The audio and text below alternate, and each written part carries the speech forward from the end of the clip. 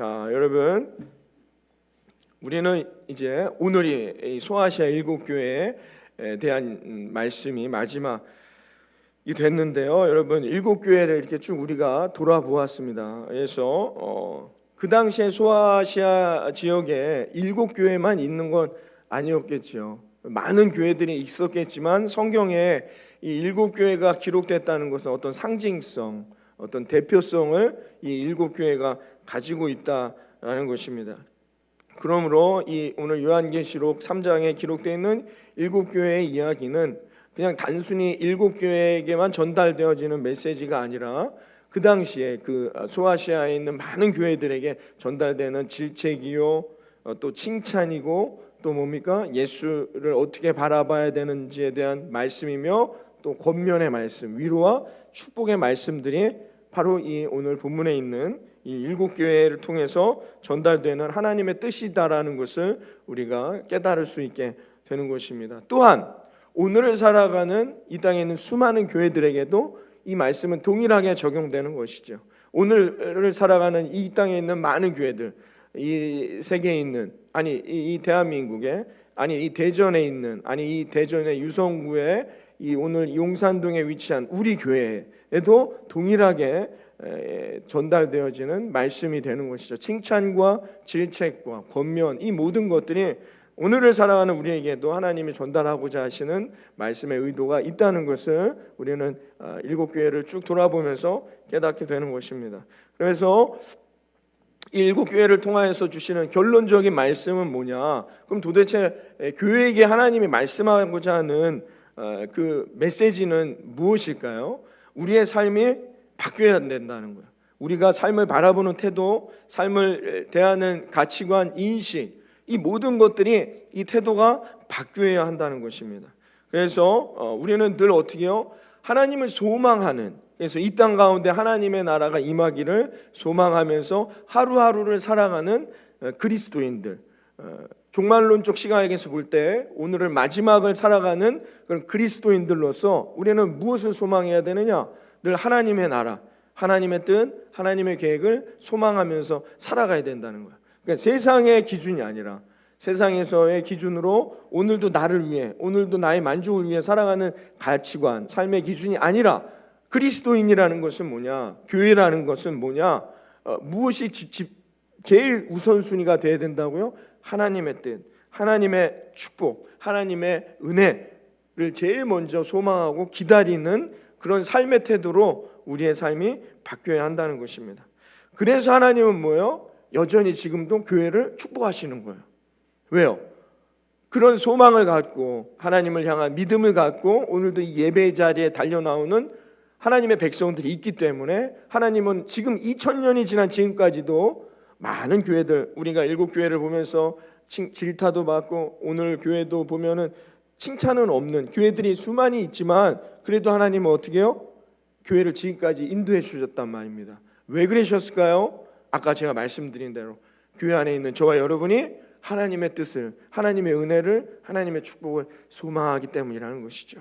여러분, 올 한 해에도 하나님의 은혜를 소망하시고 하나님의 역사, 하나님의, 우리 새벽에 살펴봤지만 우린 그걸 개입이라고 하죠. 하나님이 나의 삶에, 우리 교회 위에, 이 지역 위에, 이 나라와 민족 위에 어떻게 개입하실지 하나님의 뜻을 늘 소망하시면서 2022년 한 해에도 믿음 가운데 승리할 수 있는 저와 여러분 되어지기를 이 아침 주님의 이름으로 축원합니다. 여러분, 오늘 이 라우디아 교회는 칭찬은 없고 질책만 있는 교회입니다. 그렇다고 해서 하나님이 그러면 이 라우디아 교회를 버리시는 겁니까? 포기하시는 거니까? 아니란 말입니다. 질책만 있다는 건 뭐냐? 안타까우신 거예요. 라우디아 교회가 이 질책을 벗어나 하나님이 예비하신 은혜와 복을 받아 누리기를 원하시기 때문에 이런 메시지, 이런 말씀이 우리에게 전해진다는 것입니다. 하나님은 끝까지 포기하지 않으십니다. 돌아오는 그날까지, 그 구원의 문으로 들어가는 순간까지 하나님은 절대 우리를 포기하지 않으세요. 문제는 뭐냐? 우리가 포기한다는 겁니다. 그렇기 때문에 여러분, 오늘 이 메시지, 오늘 말씀을 통해서 끝까지 우리의 삶을 주목하시고 끝까지 우리를 붙드시는 그 하나님과 함께 여러분 인생의 여정을 달려갈 수 있는 저와 여러분이 되길 바랍니다. 저는 안 됩니다, 목사님. 저는 나이가 많아서 이제는 안 됩니다. 눈이 안 보여서 안 됩니다.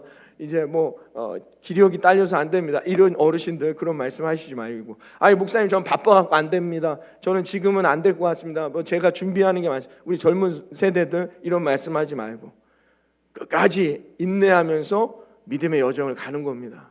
우리의 믿음의 인생의 여정이 언제까지일지 누가 합니까? 그러니까 우리는 오늘도 하나님을 소망하는 겁니다. 믿음을 소망하는 거죠. 근래 여러분 다 큰 이슈화가 됐던 아파트 여러분 무너졌잖아요. 그 짓고 있었으니 망정이 다 지어진 아파트가 그렇게 됐다면 여러분 상상하고 싶지도 않습니다. 그렇죠? 이 건물이 무너지지 말라는 법이 어디 있습니까? 여러분 우리는 정말 놀라운 믿음의 결단으로 오늘 이 시간 이 건물 안에 들어와 있는 겁니다. 이 건물이 그렇게 되지 말라는 법이 어디 있습니까? 여러분 이 넓은 이 천장이 안 무너지고 버틴다는 거 기적 아닙니까, 여러분? 이런 거엔 감격하지 않습니다. 이건 당연하다고 생각해요. 우리는 매일매일이 기적인 거예요. 내가 오늘 매일매일이 살아간다는 게 기적이고 하나님의 인도하심이며 은혜임을 믿으시길 바랍니다. 여러분 우크라이나를 보십시오. 지금 일촉즉발입니다. 여러분 얼마나 참담하겠습니까? 지금 그 국민들은. 우리나라는 어떻습니까? 그런데도 지금까지 하나님이 지켜주신 은혜 여러분 감사하고 기적이라니까요. 우리가 하루하루를 살아갈 수 있다는 게 이 땅에서 살아가는 우리들에게 그것이 하나님의 은혜임을 믿고 우리가 2022년 이게 망해겠구나 안 되겠구나 아니요. 하나님이 끝까지 저와 여러분을 붙드시고 다시 일어나 걸어갈 때 하나님이 저와 여러분을 인도해 주실 거라 믿습니다. 여러분 이 인생의 여정, 이 완주, 이 경기를 포기할 수 없어요. 우리가 인생을 마라톤에 많이 비유합니다. 그렇죠? 마라톤이 어떻습니까? 한 10초 뛰고 말면 얼마나 좋겠습니까? 인생이 100m 10초 얼마 걸립니까? 9초? 10초면 끝나는 인생이면 변수가 없어요. 거기에 무슨 다 예측 가능하지 않겠습니까? 우리의 인생이 100m 그냥 10초 정도면 끝난다면 변수가 없습니다.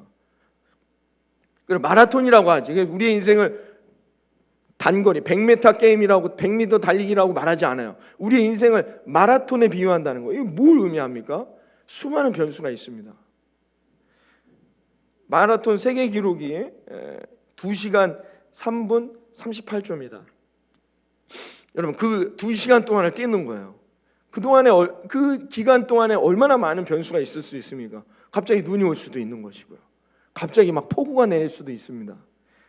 여러분 2008년 LA에서요 몸무게가 182kg이신 분이 182kg 마라톤을 했습니다. 이분이 시간이 얼마나 걸렸을까요? 11시간 48분 16초가 걸렸다고 합니다. 11시간이 걸려서 이 마라톤 코스를 완주한 거예요. 대단하죠. 182km인데 그래서 이분이 기네스에 기록됐습니다. 어떤 걸로? 마라톤 완주한 최중량자로 해서 기네스에도 등재됐다고 합니다. 또한 같은 해 3월 2일에 열렸던 마라톤 대회에서는 밥 웨랜드라는 분이 나이가 57세의 나이에 마라톤에 완주했다고 합니다.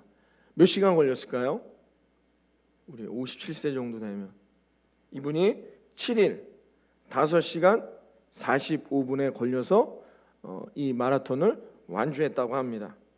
여러분 7일이나 걸린 겁니다. 이 마라톤을 완주하는데 왜 그랬느냐? 이분이 베트남 전쟁에서 동료를 구하다 폭탄에 의해서 두 다리가 절단된 장애를 갖고 계셨어요. 그래서 두 팔로만 이 마라톤을 완주하게 된 것입니다. 그래서 보통 2시간이나 4시간이면 완주할 수 있는 코스를 이분은 7일에 거쳐서 완주하게 된 것이죠. 여러분 그러나 그 누구도 이 밥 웨랜드를 실패자라고 말하지 않습니다. 포기한 자라고 말하지 않습니다. 단지 자신의 삶에서 최선을 다했다라고 평가할 수밖에 없는 것입니다. 많은 사람은 그를 했을지 모르고 또 많은 사람은 그에게 응원했을지 모르지만 그가 완주한 이후에 기자들과의 인터뷰에서 이렇게 말했습니다. 하나님께서 나를 도와주셨기에 가능했습니다. 사랑하는 여러분, 우리의 상황이 어떤 것인가가 중요한 게 아닙니다. 지금의 나의 처지가 어떠한 것이 중요한 게 아닙니다. 믿음이란 뭡니까? 끝까지 포기하지 않고 달려가. 여러분, 그 결승선에 도착할 때 그가 승리자임을 믿으시기를 바랍니다. 그가 하나님의 축복을 누리는 자임을 믿으시기를 바랍니다. 그 승리의 결승선을 통과한 자들에게는 뭐가 기다리는 거예요? 면류관, 금메달이 기다리는 것입니다. 우린 그걸 소망하며 달려가는 거예요. 그러나 누구는 2시간이 걸릴 수 있습니다. 누구는 4시간이 걸릴 수 있어요. 누구는 몇 날 며칠이 걸릴 수 있습니다. 그러나 포기하면 안 됩니다. 하나님은 2시간 일찍 들어온 사람, 4시간 걸린 사람, 2시간 먼저 들어온 사람만 승리했다고 말하지 않습니다. 7일이 걸려도 그 결승선을 통과한 자들을 하나님 축복하시고 지금도 기다리시고 여러분 함께 동행하심을 믿으시기를 바랍니다. 그 길에 목마르면 예수님 옆에 오셔서 우리에게 마실 물을 주시는 겁니다. 우리가 잠시 쉬고 있으면 다시 일어날 수 있도록 우리의 손을 내밀어 주시는 겁니다. 예수님이 그런 존재, 성령, 우리 안에 있는 성령님이 그런 존재라는 거죠.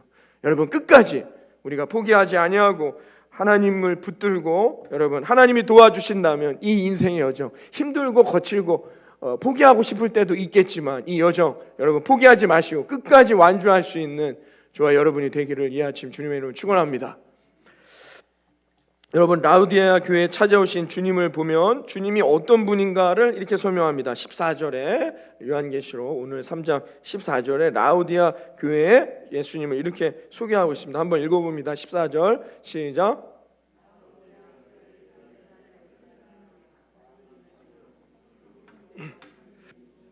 하나님의 창조의 근본이신 이가 이르십니다 라고 말합니다. 라우디아 교회에 찾아오신 주님은 어떤 분이래요? 아멘이시라는 겁니다.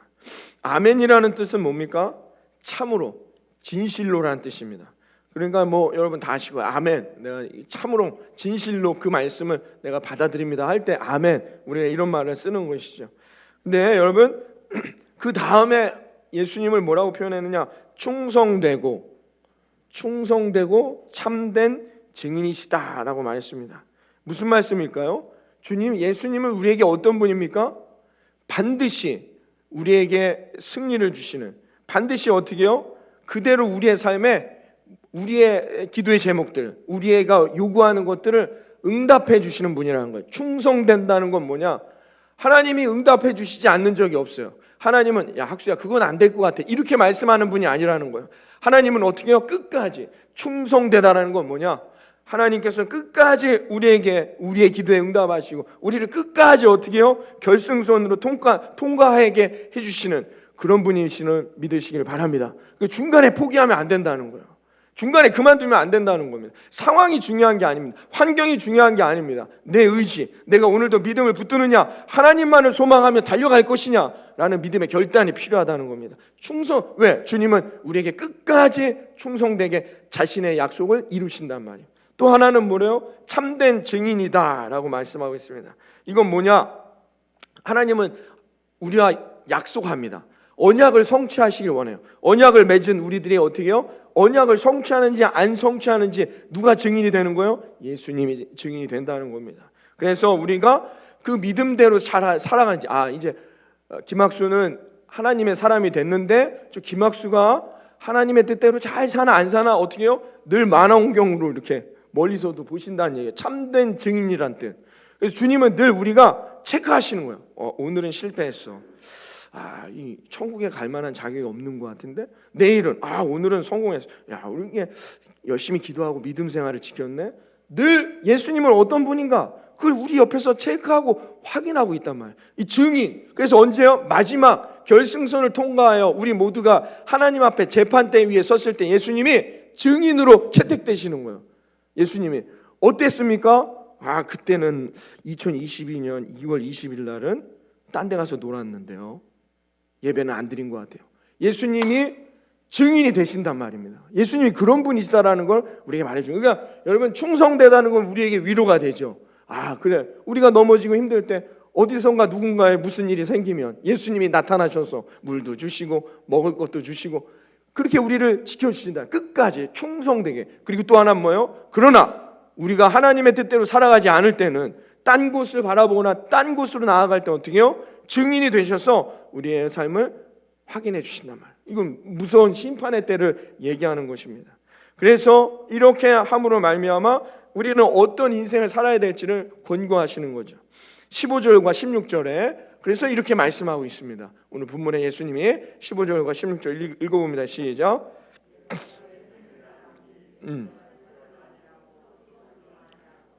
내가 차든지 뜨겁든지 하기를 원하노라. 내가 이같이 미지근하여 뜨겁지도 아니하고 차지도 아니하니 내 입에서 너를 토하여 버리리라 했습니다. 여러분 이 책망의 말씀은 우리가 라우디아 교회를 얘기할 때 많이 들어왔던 말씀입니다. 차지도 뜨겁지도 않다는 거죠. 여러분, 일단 이 예수님이 왜 라우디아 교회는 이런 표현으로 쓰셨는가? 하나님이 늘 증인으로 바라보고 계신데 이 차지도 뜨겁지도 않다는 거예요. 왜 이런 맥락의 말씀이 나왔냐면 그 지역의 특성을 봐야 됩니다. 라우디아라는 지역은 빌라델비아라는 곳에서 동남쪽으로 70km 정도 떨어져 있는데요. 여기가 이제 교통과 상업의 중심지였습니다. 그래서 번창한 도시였다는 거죠. 특히 여기가 양털로 옷감을 만드는 산업이 발달했고 이 금융 산업이 발달해 있습니다. 그러니까 얼마나 풍요롭겠습니까? 모든 게 다 갖춰져 있는 풍요로운 도시였다는 것이죠. 그런데 이 도시에 물이 안 좋았어요. 물이. 그래서 먹고 마셔야 되고 씻어야 되는데 이 물 상태가 좋지가 않았습니다. 그래서 이 물을 이웃 도시에서 물을 끌어와야만 했습니다. 이 라우디아 교인들이. 그러니까 거기다가 수로를 내는 거죠. 수로를 내 가지고 물을 끌어오게 된 것입니다. 그래서 이들이 끌어온 물은 좋은 물을 쓰고 싶잖아요. 도시도 풍요롭고 하니까. 그래서 이웃에 있는 온천수, 쉽게 말하면 우리 관평동이 저기 뭡니까? 그 유성 온천, 거기는 온천이 아직도 나오는 건 거죠. 유성 온천 호텔이 있는 쪽에 거기서부터 수로를 내서 일로 끌어오는 거예요. 온천물이 좋다니까. 코로나 끝나면 또 가야 되지 않겠습니까? 거기서 끌어오는 거예요. 지하수와 온천수를 끌어오는데 여러분 생각을 해보세요. 뭐 지금처럼 무슨 관으로 해서 땅 속으로 들어오겠습니까?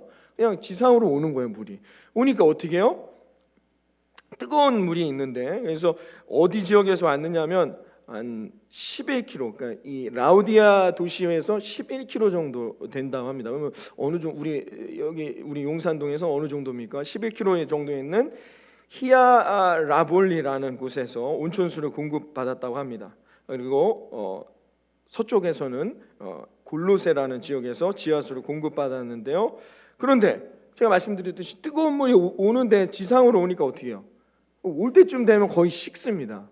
미지근하게 되는 거죠. 물이 처음에는 나올 때는 뜨거웠지만 이게 오다 보니까 어떻게 해요? 이게 미지근하. 그러니까 지하수도 어떻게 해요? 지하에서 올려가지고 골로새에서 지하수를 올려오고 라볼리에서 온천수를 뜨거운 물과 찬물을 받아오는데 어떻게 해요? 한 11km, 16km 떨어져 있으니까 오다 보면 어떻게 해요? 뜨거운 물은 식고 찬물은 어떻게 해요?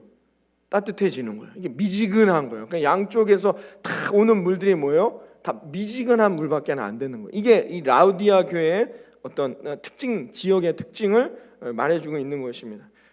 뭐 그래서 그랬는지 모르겠는데 이 라우디아 교회 교인들의 특징이 뭐냐? 이 물을 이런 물을 마셔서 그런지 미지근한 물만 마셔서 그런지 차지도 뜨겁지도 않은 거예요. 적극적이지 못해요. 뭔가 자기의 의견이 없어요. 그냥 이러면 이러고 저러면 저런다는 거예요. 그런 지역적 특성, 그런 사람들의 특징이 교회 안에도 그대로 들어온 거예요. 이 교회 안에도 어떻게 해요? 이것도 아니고 저것도 아닌 것 같은, 그냥 뭐 아멘도 없고 뭐 집에 와서 아멘 하는지 뭐 그런 것도 이것도 아니고 저것도 아닌 그런 모습의 교회가 어디다? 라우디게아 교회였다는 것입니다. 이게 이런 특징이었어요. 미국의 훌러신학의 맥가브 교수가 이런 말을 했습니다. 교회 안에는 계속 활발하게 일하는 교인이 대개 10%입니다. 살짝 자는 사람이 80%입니다. 그리고 푹 자는 교인이 10%입니다. 이렇게 말했습니다. 목회란 무엇입니까? 10%에 깨어 움직이는 교인들과 활기차게 일하는 게 목회입니다. 살짝 자는 80%를 깨워야 합니다. 그리고 푹 자는 10%는 건들지 말아야 합니다. 짜증 내니까. 푹 자고 있는데 깨우면 어떡합니까? 여러분, 어떤 맥락에서 이런 말을 하고 있는지 아시겠죠? 교회는 다 그렇다는 거예요. 10%만 정말 헌신되고 하나님의 일을 위해 믿음으로 달려나가는, 차든지 뜨거운 믿음으로 나아가는 10%만 있으면 된다는 거예요. 그럼 나머지 80%가 거기서, 이 80%는 뭐예요? 이것도 아니고 저것도 아니고. 푹 자는 분들은 어떻게 해요? 건들면 안 되는 것이죠. 아브라함 링컨이 남북 전쟁을 할 때였습니다. 남군과 북군의 경계선에 란카스타라는 마을이 있었습니다. 언제 누가 쳐들어올지 모르는 상황이에요. 근데 이 사람들은 늘 이 남쪽과 북쪽의 경계선상에 있는 거예요. 그래서 마을 사람들이 모여서 회의를 했습니다. 우리는 어떻게 해야 되느냐. 그러니까는 그 회의에서 이렇게 말했어요. 우리는 비상시를 대비하자. 언제 북군이 쳐들어올지 모르고 언제 남군이 쳐들어올지 모르니까 윗옷은 북군의 옷을 입고 바지는 남군의 옷을 입자라고 했습니다. 갑자기 북군이 쳐들어오면 우리가 북군의 옷을 입었으니까 살려줄 것이고, 갑자기 남군이 쳐들어오면 우리가 남군의 바지에 옷을 입었으니까 또 우리를 살려줄 것이다. 이렇게 결론을 내렸다고 합니다. 그래서 그렇게 위에는 북군 옷을, 밑에는 남군 옷을 입고 생활을 하게 되었던 것이죠. 그런데 북군이 쳐들어오니까 어떻게 해요? 남군 옷을 입었어요, 바지를. 그래서 죽게 됐습니다. 그리고 남군이 쳐들어오니까 어떻게 해요? 북군 옷을 입었다고 합니다. 그래서 죽었다는 것이죠. 그래서 이래저래 다 죽게 되었다는 것입니다. 여러분, 중간은 안 된다는 거예요. 이것도 아니고 저것도 아닌 건 안 된다는 겁니다. 여러분, 미지근하면 어떻게 해요? 주님이 넌 토해낸다고 했어요. 오늘 말씀입니다. 여러분, 그걸 토하여 버린다라고 말씀입니다. 그러니까 차라리 차든지 아무것도 하지 않던지 아니면 뜨겁든지 해야 한다는 것이죠. 여러분, 라우디아 교회에 대한 이 편지가 그와 같다는 것입니다. 그런데 여러분, 이 교회는 그 앞에 살펴본 교회들처럼 무슨 이단이 침투했다거나 어떤 박해를 받았다거나 외부적인 압력이 있었던 게 아니에요. 외부적 공격이 있었던 게 아니에요. 이 교회 이 문제는 뭐냐면 그냥 차지도 뜨겁지도 않은 이게 미온적인 거다라는 거예요. 우리 김영산 집사님이 찬양을 하는데도 찬양을 부르는 건지 이게 안 부르는 건지, 이게 뜨겁지도 않고 차갑지도 않은 그런 교회였다는 거예요. 이 교회의 문제는 뭐냐? 그 외부적인 이단이 들어왔다든지 외부에서부터 박해가 있었다든지, 그리고 아니면 자신들의 신앙을 잘 지키려다 고난을 당했던 그런 게 아니었다는 거예요. 이 라우디아 교회의 특징이 뭐냐면 차지도 뜨겁지도 않았다는 것입니다. 근데 중요한 것은 뭐냐? 예수님은 뭐라고 했어요? 다 토해버린다고 했습니다. 너희들을 다 토해버리라는 것이죠. 이 말은 뭐냐면 우리가 차라는 얘기가 아니겠죠. 예수님의 이 말씀은 뭐냐? 너희가 뜨겁게 주님을 만나고 뜨겁게 믿음을 지키는 인생의 삶을 살아가라는 얘기입니다. 야, 너네 둘 중에 하나 선택해라는 의미가 아니겠죠. 이 말씀을 하신 저희는 뭡니까? 예수님의 의도는 뭡니까? 뜨겁게 하나님을 만나고 뜨겁게 인생을 살아가라는 것입니다. 할렐루야. 여러분, 뜨거운 믿음의 삶이 되시기를 주님의 이름으로 축원합니다. 여러분, 부르짖어 기도하세요. 새벽 예배에 나오셔서 기도하셔요. 기도하시면, 여러분, 소리내서 기도하면 어떻게 됩니까? 땀나잖아요. 뜨겁게 기도하시라니까요. 몸이 뜨거운 사람은 암이 안 생깁니다. 여러분, 암이 왜 생긴지 아시잖아요. 이게 다 우리의 인생의 복과 건강과도 다 연결되어 있는 거예요. 뜨거운 인생이 되어야 된다는 거예요. 언제까지 이것도 아니고 저것도 아닌 건 아무것도 아니라는 거예요. 주님이 말씀하고 계시지 않습니까? 여러분, 우리가 그러므로 뜨거운 하나님의 백성이 되어 뜨거운 인생으로, 뜨거운 믿음으로 여러분 2022년 하나님 예배하신 은혜를 누리는 저와 여러분이 되기를 바라겠습니다. 근데 중요한 거는 그럼 또 이 왜곡이 돼요. 이 뜨겁다. 그래, 내가 열심히 하리라. 믿음 생활, 기도 생활, 말씀과 내가 하나님이 주실 축복을 누리며 열심히, 이 뜨겁다는 것 안에 우리가 이런 왜곡의 현상이 일어날 수 있습니다. 그러니까 그래서 광신도가 될 수 있는 거예요. 그러니까 이 뜨겁다라는 말 안에는 우리가 전심으로 하나님을 믿는 믿음의 고백이 있을 수 있지만, 뜨겁다라는 말 안에는 어떻게 해요? 광신도가 될 수 있어요. 이걸 잘 구별해야 합니다. 뜨겁다라는 것은 여러분, 이게 무분별한 열심을 의미하는 게 아닙니다. 그냥 무턱대고 열심히 하는 게 아닙니다. 여러분 그걸 꼭 기억해야 한다는 것이죠. 우리가 전심으로 내 삶의 모든 것으로 하나님을 섬겨야 한다는 것입니다. 그러므로 나의 가슴과 내 머리와 내 이성적 판단 모든 것들이 하나님 앞에 믿음을 잘 지키는 그런 신앙이 되어야 한다는 거예요. 그냥 아무 생각도 없이 그냥 아무 판단도 없이 막 그냥 그렇게 하라는 게 아니라는 것입니다. 여러분 그러므로 말씀이 없는 믿음 헌신은 광신의 행위가 될 수 있습니다. 또한 헌신이 없는 말씀은 뭐예요? 이 광신의 행위가 될 수 있다는 겁니다. 그러므로 말씀과 헌신은 함께 가는 거다라는 거예요. 이 여러분 중요합니다. 제가 어느 목사님이 이런 말씀을 하셨어요. 가장 무서운 사람이 어떤 사람이냐, 이런 말 하는 사람, 성령의 직통 계시를 받았다, 이런 사람이 제일 무섭다는 것이죠. 직통 계시를 받는 순간 그 사람의 눈에는 아무것도 보이는 게 없다는 거예요. 자신이 가장 의롭게 된다는 것이죠. 잘못된 신앙, 이단이라는 사람들을 보십시오. 자기가 직통 계시를 받았다고 합니다. 그 사람 그걸 확신하는 거예요. 이런 사람들이 어떻게 해요? 그래서 어떻게 해요? 너희는 다 죄, 직통 계시를 받지 못했다는 것이죠.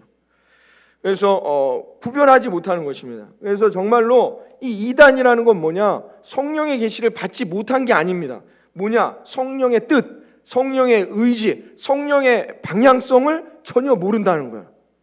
이게 문제라는 거예요. 그걸 구별하지 못하는 사람, 그게 이단인 거예요. 여러분 이단으로 빠지는 사람들 다 예수 믿는 사람들이었습니다.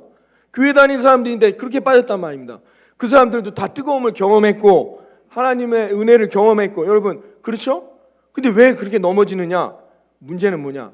분별, 말씀이 없단 말이에요. 말씀, 은혜만 있단 말이에요. 그러면 안 된다는 거예요. 말씀과 헌신은 함께 가야 한다는 거예요. 제가 지난 주간에 우리 목회자 모임이 있어서 어른 목사님들, 대전에 있는 목사님들 만나서 이렇게 이런저런 이야기를 나눴는데요.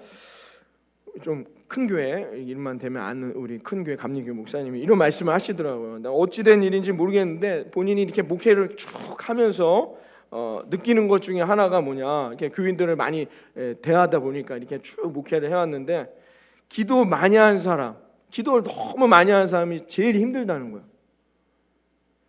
기도를 많이 해서가 아니라 뭐예요? 기도가 말씀을 앞서기 때문이라는 것이죠. 기도를 많이 하는 건 좋은 거죠. 문제는 뭐냐? 이게 뭐예요? 분별력이 없어진다는 거예요. 말씀을 앞서게 된다는 것입니다. 그러므로 여러분, 뜨거워라. 뜨거운 건 중요한데 여러분 우리가 이걸 잘 이해해야 합니다. 어떻게? 말씀 안에서 진심으로 기도하고 성령님의 도우심을 구해야 한다는 것입니다. 그래서 어떻게 해요? 분별해 나아가야 한다는 것입니다. 그러므로 여러분, 예수님께서 원하시는 헌신은 뭐냐? 말씀과 함께하는 것입니다. 그러기 위해서 헌신에 이르는 말씀이 반드시, 말씀의 묵상이 반드시 와야 한다는 것입니다. 그래서 묵상을 통해, 말씀을 통해 내가 결단하고 하나님의 뜻대로 살아가겠다, 헌신이 같이 와야 한다는 것입니다. 그러므로 교회에서 필요한 뜨거움은 뭐냐? 말씀은 없고 자기의 은혜만으로 앞세우는 그런 직통계시의 뜨거움이 아니란 말입니다. 반대로 말씀만 충만해서 어떻게 해요? 남을 판단하는 그런 은혜의 신앙이 아니라는 것이죠. 교회에서 원하는 뜨거운 열정이란 뭐냐? 여러분, 말씀과 은혜가 함께 가는 그런 믿음의 신앙이 되어야 한다는 것을 여러분 잊으셔서는 안 되겠습니다. 그래서 이 뜨거운 것, 이 열정은 중요하지만 이 열정이 왜곡되는 것은 우리가 바로 잡아야 한다는 것입니다. 그래서 이 미지근한 교회에 대한 예수님의 진단이 뭐냐? 결국 예수님이 어떻게 진단하시느냐? 17절에 나와 있습니다. 우리 17절에 있는 말씀 함께 읽어봅니다. 17절 다 같이 읽어봅니다. 시작. 3장 17절 말씀입니다. 3장 17절 제가 읽도록 하겠습니다. 하면 한번 여러분 성경책 한번 보시기 바랍니다. 성경 여러분 책에 3장 17절 다 같이 읽습니다. 시작. 내가 말하기를 나는 부자라 부유하여 부족한 것이 없다 하나 내 곤고한 것과 가련한 것과 가난한 것과 눈먼 것과 벌거벗은 것을 알지 못하는도다 라고 했습니다. 여러분, 라우디아 교회가 그 당시에 소아시아 지역에서 가장 부유한 도시였다고 합니다. 왜냐하면 60년경에 AD 60년경에 지진이 많이 일어나서 많은 도시가 무너졌습니다. 그래서 지난주에도 살펴봤지만 어떻게 해요? 그래서 뭐 황제가 도와주기도 하고 정부의 지원을 많이 받았단 말입니다. 그런데 어떻게 라우디아 교회 이 지역만큼은 어떻게 해요? 로마의 지원을 받지 아니하고 자기들이 즉각적으로 한 6개월 만에 다시 재건할 만한 능력이 있었다는 거예요. 그걸로 평가해 볼 때 이 라우디아라는 지역은 아주 부유한 동네였다는 거예요. 많은 사람들이 어떻게 해요? 부유하게 살아갔다는 거예요. 상업의 중심지로서. 그리고 여기에 가장 그 소아시아 지역에서 가장 유명한 의과대학이 이 지역에 있었습니다. 아주 그냥 부유한 도시였다는 것이죠. 여러분 그 강남 가보셨습니까? 강남? 제가 예전에 몇 번 가봤는데요. 춥더라고요. 그 강남대로를 걸으면 건물들이 너무 높아서 해가 안 들어와요. 추워요. 겨울에 가면 더 춥습니다. 그 건물들 이 빌딩들이. 그래서 제가 집에 와서 우리 아내한테 야, 내가 강남을 갔는데 건물이 너무 내가 처음 봤다. 사람들 막 집사님이 뉴욕 가면은 당신은 목이 부러질지도 모른다고. 뉴욕을 가봐야 된다고. 언제 한번 가보면 추우니까 안 돼. 여름에 가야 되겠어요. 여름에 시원할 때. 그런 지역이었단 말이에요. 라우디아게. 여러분 이게 차원이 다른 거예요. 지역의 차원이 라우디게아가 갖고 있는 이 도시의 이 분위기는 완전히 아주 최고 수준에 있는 동네였다는 거예요. 지역이었다는 것을 우리가 알아야 한다는 것이죠. 그런데 그런 분위기, 도시의 그 지역의 분위기가 어떻게 해요? 교회 안에도 전염됐다는 거죠. 그래서 어떻게 해요? 이 사람들이 다 부유해지니까 어떻게 해요? 교만해졌단 말이에요. 이 교만의 영이 가득했다는 거예요. 그래서 늘 뭐예요? 열심이 없어요. 뭐 모든 게 다 잘 되고 있기 때문에 열심이 없단 말이죠. 그래서 아마도 이 말씀을 보면 아마도 이것 때문에 이 라우디게 교인들이 스스로 자만에 빠져서 뜨거움을 상실한 것은 아닌가 우리가 예측해 볼 수 있게 되는 것이죠. 갈급함이 없습니다. 그러니 어떻게 해요? 누가 기도하겠습니까? 누가 하나님 앞에 부르짖겠습니까? 갈급함이 없습니다. 스스로가 스스로의 신앙생활 뭐 이 정도 하면 되겠지 스스로가 만족했던 것 같아요. 그래서 예수님이 이 라우디아 교회에 이런 말씀을 하셨는지도 모릅니다. 그런데 예수님이 뭐라고 말씀했어요? 뭐라고요? 가련한 것과 가난한 것과 눈먼 것과 벌거벗은 것을 너희가 알지 못하느냐. 이게 그들의 영적 상태라는 거야.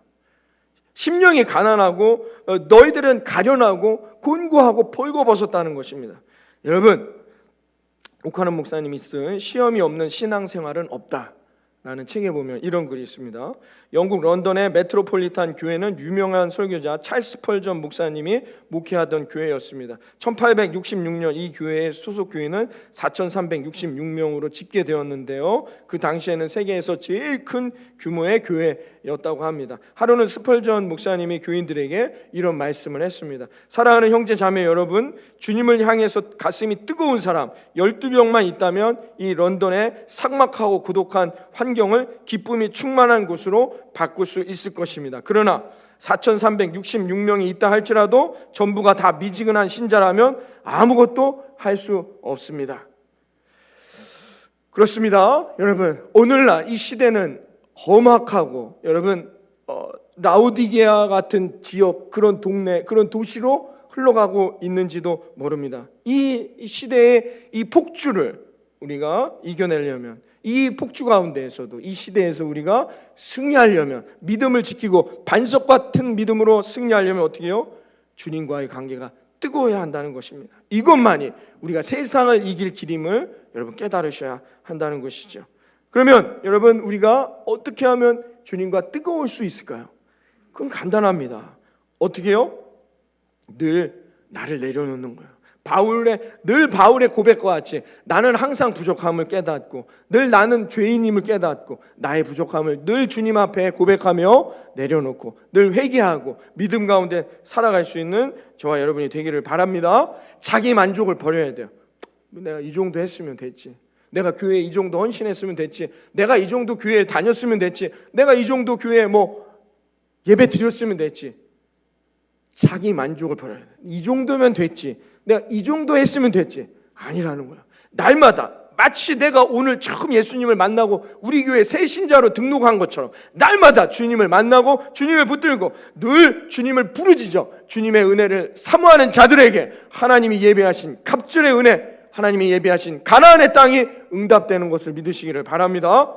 여러분, 이 열정, 이 사랑이 우리에게 필요하다는 거예요. 그래서 늘 어떻게 해요? 나는 죄인입니다. 나는 부족합니다. 하나님 내게 더 주옵소서. 하나님 나의 부족함을 채워주소서. 하나님 나를 인도하여 주옵소서. 하나님 내 인생을 이끌어 주옵소서. 그렇게 하나님을 의지하는 자에게 하나님께서 더 크신 것을 맡기고 더 높은 하나님의 은혜를 누리게 하시며 승리하게 하실 거라 믿습니다. 이게 우리에게 필요하다는 것입니다. 하나님은 그런 사람들을 쓰시는 것이죠. 그러므로 늘 하나님을 온전히 바라보며 이 뜨거운 열정, 믿음을 갖고 달려가야 한다는 것입니다. 그러지 않으면 어떻게 해요? 토하여 버린다고 말씀했어요. 없어 버리는 거예요. 하나님과의 관계성이 완전히 끊어져 버리는 것을 우리가 말해주고 있다는 것이죠. 여러분, 그러므로 우리의 삶에 지금 큰 문제 없이 모든 게 형통하다고요? 아니요. 하나님이 보실 때 뭐래요? 너는 가련하고 벌거벗었고 너는 심히 곤고하며 눈이 멀었구나. 우리의 영적인 상태를 하나님이 그렇게 17절에 말씀하고 있단 말이에요. 하나님의 관점은 그렇지 않다는 거예요. 모든 게 문제가 없고 잘 된다. 기도도 안 해도 큰 문제가 없네. 아픔이 없네. 그럼 내가 좀 여유 있게 살아야지. 나는 그렇게 생각한단 말이에요. 내가 부유하니까, 내가 모든 걸 갖고 있으니까. 근데 하나님은 나를 어떻게 보신다고요? 어떻게 17절에 뭐래요? 너가 말하기를 나는 부자라 부유하여 부족한 것이 없다 하지만 너는 사실은 곤고하고 가난하고 벌거벗은 인생이라는 것입니다. 이게 하나님이 우리를 지금 판단하는 믿음의 기준이라는 거예요. 그래서 나는 잘 산 것 같지만 마지막 심판 때, 재판대 위에 올라갈 때 어떻게 재판받느냐? 너는 가난하고 곤고하고 메마르고 벌거벗었구나. 여러분, 이런 인생이 되지 아니하도록 여러분 깨어 기도하며 주님을 만날 수 있는 저와 여러분이 되기를 바라겠습니다. 여러분, 사도 바울이 그랬단 말입니다. 로마서 13장 11절에서 12절에 사도 바울이 이렇게 말했습니다. 함께 읽어봅니다. 로마서 13장 11절에서 12절 다 같이 읽어봅니다. 시작.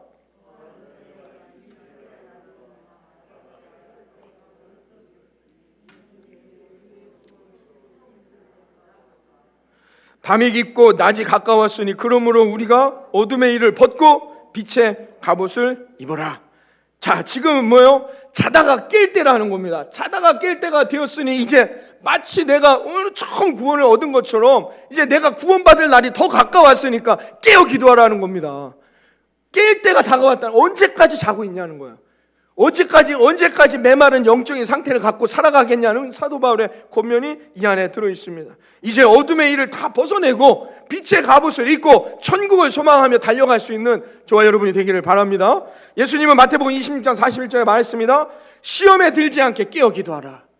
깨어 있으라고 말씀했습니다. 여러분, 그러므로 나의 만족, 내 자신의 스스로에게 나는 이 정도면 부유해, 나는 이 정도면 됐어, 이 만족을 버려내고 나의 여러분 기도를 게으리하지 마시고 늘 기도와 예배와 말씀과 순종하는 삶을 통하여 나의 부족함을 하나님께 고백하며 여러분 믿음을 붙들고 달려가 승리할 수 있는 저와 여러분이 되기를 바라겠습니다. 이건 영적 분별력이라는 거예요. 이게 눈으로 드러나 있는 게 아니라는 겁니다. 세상이 부유해지고 세상이 편안해지고 세상이 좋아진다고 해서 우리의 인생, 우리의 구원의 영적 상태도 좋아지는 게 아니란 말입니다. 이걸 깨달아야 한다는 것이죠. 깨닫고 어떻게 해요? 예수 그리스도를 붙들기를 주님의 이름으로 축원합니다. 오늘도 예수님을 붙들고 달려가야 한다는 것이죠. 라우디아 교회의 책망이 바로 이거예요. 영적 분별력이 없어요. 신앙생활을 안 했다는 게 아닙니다. 이들이 예배를 안 드렸다는 게 아니에요. 기도를 안 했다는 게 아니에요. 그러나 뭐예요? 자기 만족에 취해 있었다는 것이죠. 그러니까 하나님이 보실 때 뭐예요? 벌거벗었다. 뭐라고 말하느냐? 17절에 벌거벗었다라는 거예요. 나는 부자다. 나는 부족한 것이 없다. 그 세상에선 그럴지 모르지만 영적 세계에서는 어떻게 해요? 너무나도 불쌍한 인생들이라는 겁니다. 여러분, 벌거벗은 임금님 아시죠? 벌거벗은 임금님 이야기가 뭡니까? 다른 사람들은 다 벗은 걸 아는데 본인만 몰라요. 본인만 옷을 입고 있다고 생각합니다. 거기서 행진을 하고 있습니다. 얼마나 부끄러운 일입니까? 본인만 모릅니다. 하나님은 알고 계신데, 하나님은 나의 구원의 상태, 영적 상태, 내 영적 메마름이 어떤 상태인지 하나님은 알고 계신데 나는 아니라는 거예요. 나는 옷을 입고 있다는 겁니다. 벌거벗은 임금님을 기억하세요.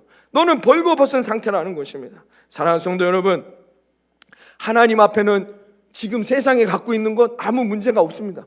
하나님은 그걸 많이 갖고 있던 적게 갖고 있던 하나님 눈에는 그게 중요하지 않습니다. 하나님에게 모든 것이 동일할 뿐입니다. 하나님에게는 제일 중요한 것은 뭐냐? 오늘 내가 뜨겁게 하나님을 사랑하느냐, 믿음을 갖고 살아가느냐를 보신다는 것입니다. 그 사명, 그 열정, 그 헌신, 이것이 있느냐 없느냐를 보실 뿐이라는 것입니다. 여러분, 이걸 깨달으시고 내가 지금 가지고 있는 것, 없는 것 때문에 절망하거나 자만하거나 가지고 있는 것 때문에 자만하거나 이런 모든 것들을 다 내려놓으시고, 여러분, 우리가 주님 안에 영적으로 승리할 수 있는 저와 여러분 믿음의 자녀들이 되기를 바라겠습니다. 이게 중요하다는 겁니다. 그래야 어떻게 해요? 2022년 예비하신 하나님의 은혜를 누리며 승리하게 되는 것이죠.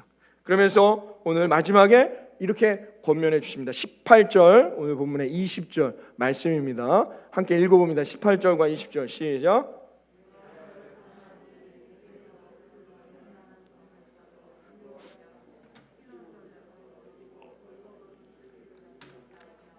안약을 사서 눈에 발라보게 하라. 무릇 징계하노니 그러므로 볼지어다 내가 문 밖에 서서 두드리노니 누구든지 내 음성을 듣고 문을 열면 내가 그에게로 들어가 그와 더불어 먹고 그는 나와 더불어 먹으리라. 이렇게 권면하고 있습니다. 오늘 예수님이 이렇게 권면하십니다. 그러면서 뭐라고 말씀했느냐? 불로 연단한 금을 사라 하는 거야. 육신적인 부요함이 아니라 불로 연단하여 얻어진 금 같은 순결함이 우리에게 필요하다는 거예요. 불로 연단한다는 건 뭡니까? 절대로 나의 만족, 내가 지금 갖고 있는 것에 만족하지 말라는 것입니다. 욥기 23장 10절에 욥이 이렇게 말했습니다. 다 같이 읽어봅니다. 시작. 내가 가는 길을 그가 아시나니 그가 나를 단련하신 후에는 내가 순금같이 되어 나올 것이니라 라고 말합니다.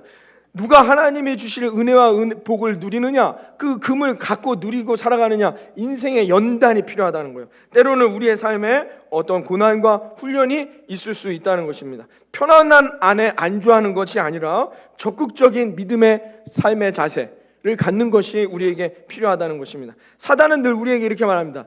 좀 더 놀아라, 좀 더 편안해라, 좀 더 즐겨라, 좀 더 자라. 이 사탄은 우리에게 이렇게 말하고 있다는 것입니다. 여러분, 오늘 본문에 뭐라고요? 다시 18절로 돌아오면 불로 연단한 금을 사서 너희를 부요하게 하라는 거예요. 이게 뭐냐? 믿음을 붙들으라는 거예요. 믿음이 충만해지라는 것입니다. 적극적인 그 믿음을 지키는 자들에게 여러분, 하나님이 예비하신 아름다운 순금, 정금이 예비되어 있음을 믿으시기를 바랍니다. 그 다음 필요한 게 뭐냐? 흰 옷을 사서 입어 벌거벗은 수치를 보이지 않게 하라 라고 했습니다. 여기서 말하는 흰 옷이라는 건 뭡니까? 우리 안에 있는 순결함과 거룩함을 말하는 것입니다. 여러분, 순결함, 우리가 흰 옷을 이야기할 때 순결함을 말합니다. 우리 그리스도인들에겐 순결함이 필요합니다. 순결함이라는 건 여러분 잘 생각해 보세요. 순결함이라는 것은 그것을 잃어버리는 순간 어떻게 해요? 그것을 행할 권리가 없어집니다. 이 무슨 말이냐? 순결함이라는 건 뭐냐? 한번 이것을 우리가 잃어버리면 다시 그대로 그 상태로 갈 수가 없다는 거예요. 그러니까 지켜야 한다는 겁니다. 여러분, 담배를 내가 안 피는데, 쉽게 말하면 담배를 안 피던 사람이 어느 날 담배를 피게 됩니다. 그 순간 뭐예요? 이제 이 사람은 담배를 피웠던 사람이 되는 거예요. 담배를 안 피워본 한 번도 입에 안 댄 게 안 됩니다. 담배를 피는 순간 이제 담배를 안 피웠을 때의 자기의 자유, 그 거룩함, 순결함은 사라지는 것이죠. 처녀총각의 순결함을 잃어버리는 순간 어떻게 해요? 다시는 처녀총각의 자리를 지킬 수가 없다는 것입니다. 이 순결함, 거룩함이라는 건 이와 같다는 것이죠. 그러므로 여러분,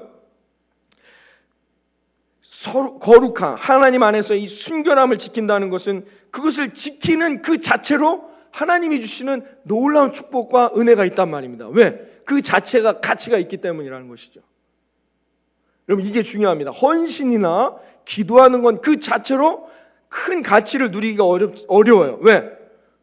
이번에 안 했다 다음에 헌신하면 되는 거예요. 기도도 이번에 안 했다가 다음에 기도하면 됩니다. 그러나 거룩함이나 순결함은 이번에 안 했다 다음에 할 수 있는 게 아니란 말입니다. 이해되세요? 이게 얼마나 가치 있는 것인지, 하나님이 이것을 얼마나 원하시고 축복하시는지를 우리가 알아야 된다는 것입니다. 그러므로 시편 51편에 다윗은 이렇게 자기 자신을 얘기합니다. 51편 7절에 다윗은 이렇게 말했어요. 함께 읽어봅니다. 시작. 우술초로 나를 정결하게 하소서, 내가 정하리이다. 나의 죄를 씻어주소서, 내가 눈보다 희리이다. 여러분, 다윗은 자기 허물이 많은 사람, 죄가 많은 사람, 자기가 부족한 걸 아는 사람이었어요. 그런데 다윗은 승리했단 말입니다. 그 수많은 죄 가운데, 그 수많은 허물 가운데 다윗은 그냥 천해도 어쩌면 사울보다도 더 많은 죄를 졌는지도 몰라요. 그런데 하나님은 다윗을 결국 승리하게 하시고 다윗에게 그 예비하신 순금을 허락하셨단 말입니다. 왜요? 그는 이 고백을 할 줄 아는 사람이었다는 거예요. 나를 정결하게, 나를 거룩하게 하나님 인도하여 주옵소서. 여러분, 저와 여러분에게 이런 기도가 날마다 넘쳐나는 저와 여러분이 되기를 바라겠습니다. 여러분, 그러나 중요한 건 내가 거룩해지는 게 아니고 내가 순결해지는 게 아닙니다. 내가 노력한다고 되는 게 아니에요. 늘 누가 함께 해야 돼요? 하나님께서. 성령이 오늘도 저와 여러분의 삶에 함께하기를 주님의 이름으로 축원합니다. 여러분, 우리가 주보에 지금 교회력이 어떻게 돼요? 우리 주보에 예배 순서 맨 위에 나와 있습니다. 지금은 주님이 함께하는 시간이에요. 그죠? 이게 지나고 이제 다다음 주부터 뭐예요? 이제 사순절이 시작됩니다. 사순절은 뭐예요? 이제 예수님이 곧 우리와 함께 하시다가 피 흘려 고난 받으시는 거예요. 고난 주간이 지난 다음에 우리가 교회력으로 뭘 지킵니까? 부활절을 지킵니다. 그 다음부터는 무슨 교회력이 뭐가 돼요? 성령 강림절이에요. 성령님이 함께 하시는 주간으로 넘어가는 거예요. 그게 이제 하반기까지 쭉 가는 겁니다. 성령 강림. 그러니까 우리의 신앙을 볼 때 교회력에서도 말해줍니다. 가장 긴 시간이 뭐와 함께하는 시간이 우리에겐 제일 길어요? 성령님과 함께. 그래서 여러분, 오늘도 성령이 내 안에 있음을 깨닫고 성령의 은혜를 사모하며 믿음 가운데 승리해 나아갈 수 있기를 바라겠습니다. 마지막 세 번째는 뭘 권면하느냐? 안약을 사서 눈에 발라 보라는 겁니다. 안약을 사서 눈에 바르라는 건 뭐예요? 영적인 눈을 뜨라는 거예요. 제가 지금 말씀드리는 이 영적인 눈을 뜨라는 겁니다. 여러분, 그러므로 육신적인 눈을 버리고 영적인 눈을 뜨고 주님을 바라볼 수 있는 저와 여러분이 되기를 바랍니다. 여러분, 수요 예배도 나오시고 말씀을 들어야 됩니다. 제가 새벽에 예배 말씀드렸고 수요 예배 말씀드렸어요. 지난주 삼손을 통해서도 우리가 이 영적인 눈을 뜨기 위한 방법들이 뭐가 필요한지를 말씀드렸습니다. 우리가 올바른 것을 바라보지 못하는 것, 이게 얼마나 참담한 것인지를 우리가 알아야 된다는 것이죠. 그러므로 우리가 영적인 눈을 뜨고 참된 그리스도인으로 당당히 일어나, 여러분 지역으로 돌아가, 여러분 동네로 돌아가, 나는 구주교회 성도인이라, 나는 하나님의 백성이다, 나는 하나님의 자녀임을 당당히 드러낼 수 있는 그런 저와 여러분의 삶과 가정과 터전이 되시기를 바라겠습니다. 입술로는 그리스도인이라고 말하지만 여러분, 우리가 세상 사람들하고 별반 달라진 게 없다, 그 사람은 그리스도인이 아니라는 것이죠. 어느 교회에서 있었던 일입니다. 새벽마다 새벽 기도회를 나오시는 할머니가 교회 가려고 했는데 연탄불이 꺼져 있었어요. 그래서 옆집에 연탄불 새벽에 자고 있으니까 모르잖아요. 그래서 바꿔치기 한 겁니다.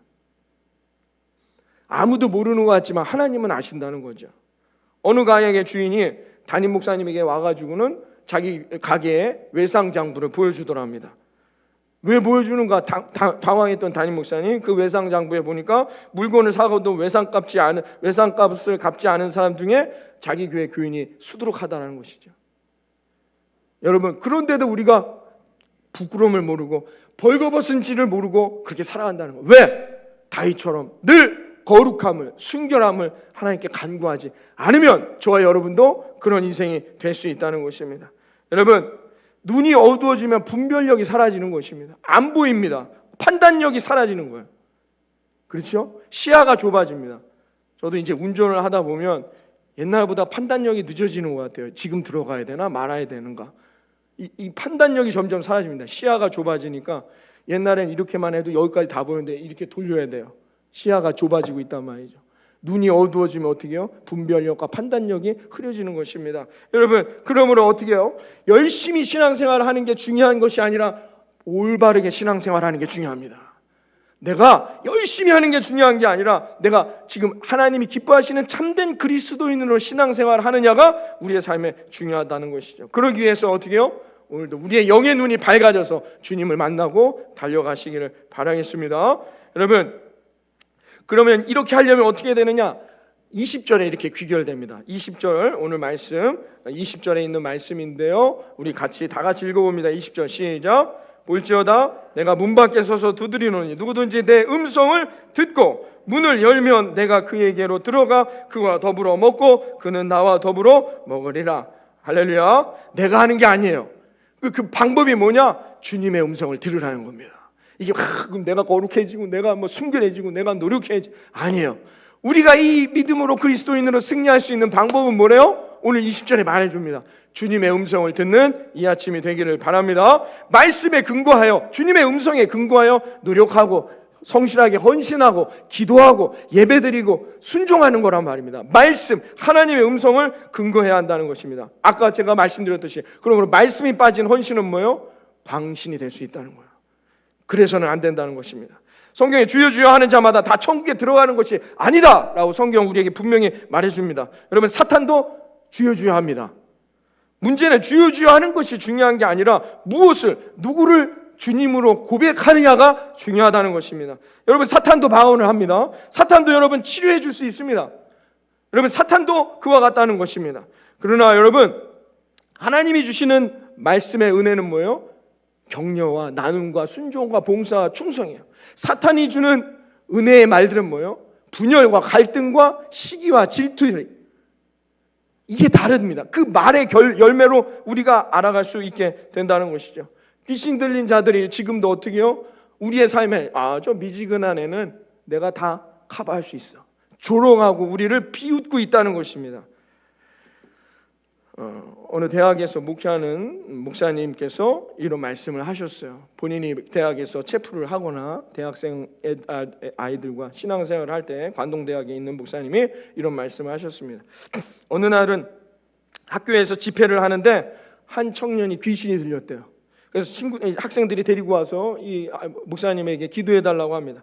그래서 혼자 기도해도 안 되니까 옆에 사람들을 데리고 목사님께서 기도합니다. 그래서 주여 주여 이렇게 기도하니까 귀신 들린 아이 입에서 이렇게 이야기하더라는 겁니다. 주여 주여.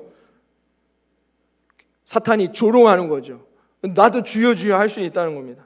그래서 옆에 있는 사람 친구들하고 같이 손을 잡고 중보하며 기도하니까 사탄이 그 아이의 입술을 통해 이렇게 말했다는 겁니다. 나도 우리 편이 때로 올 수 있다. 그걸로는 안 된다. 라고 조롱하더라는 것입니다. 결국 그 목사님 말씀으로 이기게 되었는데요. 그 사탄한테 예수 그리스도의 이름으로 명하노니 하며 기도하기 시작하니까 이 귀신이 떨기 시작하더라는 것입니다. 입으로 예수 그리스도를 주님으로 시인하고 자신의 몸을 거룩한 성전으로 성경에 있는 말씀을 고백하게 될 때에 결국 귀신이 떠나가게 되었다는 것입니다. 그때부터 이 목사님 결심하셨답니다. 무엇을요? 말씀이 없는 성령의 역사는 얼마나 위험하다는 것을, 말씀이 늘 근거되는 신앙이 되어야 한다는 것입니다. 여러분 오늘 말씀을 정리합니다. 두 가지만 기억하십시오. 미지근하다, 모호하게 신앙생활을 해서는 안 됩니다. 주여 주여만 한다고 해서 되는 게 아니라는 것입니다. 분명하게 우리의 삶에, 우리의 인생의 주인이 누구인지 여러분 고백할 수 있는, 믿음을 고백할 수 있는 이 아침이 되기를 바랍니다. 사단은 집요하게 우리의 그 믿음, 그 고백을 공격한다는 겁니다. 여러분 우리의 인생의 주인이 누구십니까? 저와 여러분의 인생의 주인이 누구입니까? 예수 그리스도. 우리의 구원자는 누구이십니까? 예수 그리스도. 여러분 이 고백이 항상 우리에게 있어야 한다는 거예요. 이게 미지근해지면 안 된다는 겁니다. 또 하나는 뭐냐? 주님의 음성을 듣고 문을 열어야 한다는 겁니다. 이 말씀에 주목해야 하는 것입니다. 여러분 주님이 아무리 얘기하신다 해도, 주님이 아무리 말씀을 선포한다 해도 내가 내 마음의 문을 열지 않으면 만날 수가 없어요. 은혜를 경험할 수, 하나님이 예비하신 축복을 우리가 얻을 수 없다는 거예요. 뭐예요? 지금 이 순간에도 수많은 음성이 우리에게 들려옵니다. 세상에서 오는 수많은 얘기들, 우리 사랑하는 학생들 정보를 얻기 위해 어떻게 해요? 핸드폰 네이버에 누르면 다 나온단 말입니다.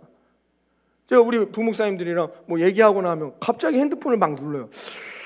그 제가 속으로는 당황하죠. 막 아니 지금 내가 얘기하고 있는데 찾아보는 거예요. 바로바로.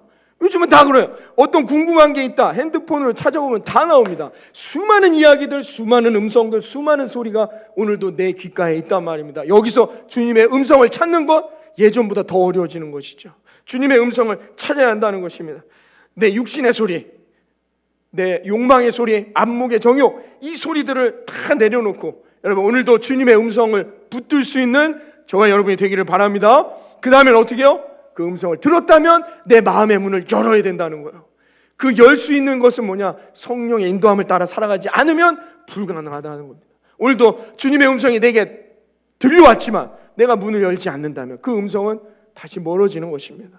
여러분, 남은 이 한 주간 또 시작된 2022년 이 한 해 동안에 여러분 늘 미지근하지 말고 주님은 나의 그리스도, 예수는 나의 구원자임을 확실히 고백하고 그 주님만을 내 안에 모시고 그 주님과 동행함으로 주님의 음성을 날마다 듣고 그 문을 열어 저와 여러분의 삶에 예비한, 계획한, 하나님이 예비하신, 여러분이 계획한 그 모든 것이 응답되고 하나님이 예비하신 윗셈뿐만이 아니라 아랫셈의 축복도 누리며 30배, 60배, 100배의 열매도 누리며 저와 여러분의 삶에 놀라운 하나님의 은혜가 날마다 넘쳐나는 충만히 누려지는 2022년 한 해가 되기를 이 아침 주님의 이름으로 축원합니다. 기도하겠습니다. 하나님 감사합니다. 오늘도 하나님 앞에 달려왔습니다.